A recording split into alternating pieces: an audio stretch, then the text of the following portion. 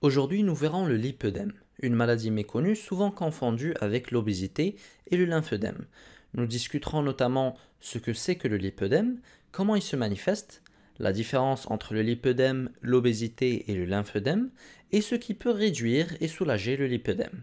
Le lipœdème est, comme son nom l'indique, une maladie chronique qui se caractérise par une accumulation anormale de graisse, lipo, dans les membres inférieurs et ou supérieurs, mais aussi une accumulation de fluide, œdème, dans la zone touchée.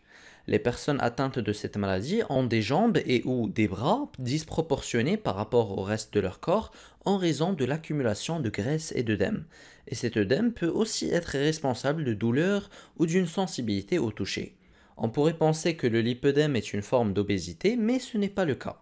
Le lipœdème et l'obésité ont certes en commun l'accumulation de graisse, ceci dit, il y a 5 différences majeures. Le lipœdème touche essentiellement les femmes, en France 11% des femmes ont le lipœdème, tandis que l'obésité touche de façon presque égale les hommes et les femmes. Le lipœdème est dominant sur certaines zones comme les fesses, les cuisses et les jambes, alors que l'obésité touche le corps entier de façon assez homogène. Le lipœdème cause souvent de la douleur et de la sensibilité dans les zones concernées, alors que l'obésité en elle-même est indolore. Le lipœdème, selon les études, serait lié essentiellement à des facteurs hormonaux et génétiques, alors que l'obésité est plus en relation avec un excès d'alimentation et le manque d'exercice physique. Et par conséquent, le lipœdème n'est généralement pas réduit par le régime ou l'exercice physique, contrairement à l'obésité. Il faut différencier aussi entre lipœdème et lymphœdème. Ils peuvent certes tous les deux résulter en des membres enflés. Ceci dit, le lipœdème est une accumulation de graisse, alors que le lymphœdème est une accumulation de lymphe, qui peut être liée à un problème de drainage lymphatique. Ceci dit, dans certains cas, l'œdème associé au lipœdème peut entraîner un lymphœdème, et ce, en endommageant le système lymphatique. Il n'existe pas de traitement curatif pour le lipœdème. Cependant, il existe des solutions pour soulager les douleurs et réduire l'accumulation de graisse. Les traitements non invasifs incluent le port de vêtements de compression et la pressothérapie. La pressothérapie est une technique de drainage lymphatique qui utilise des pressions fermes et régulières pour stimuler la circulation lymphatique.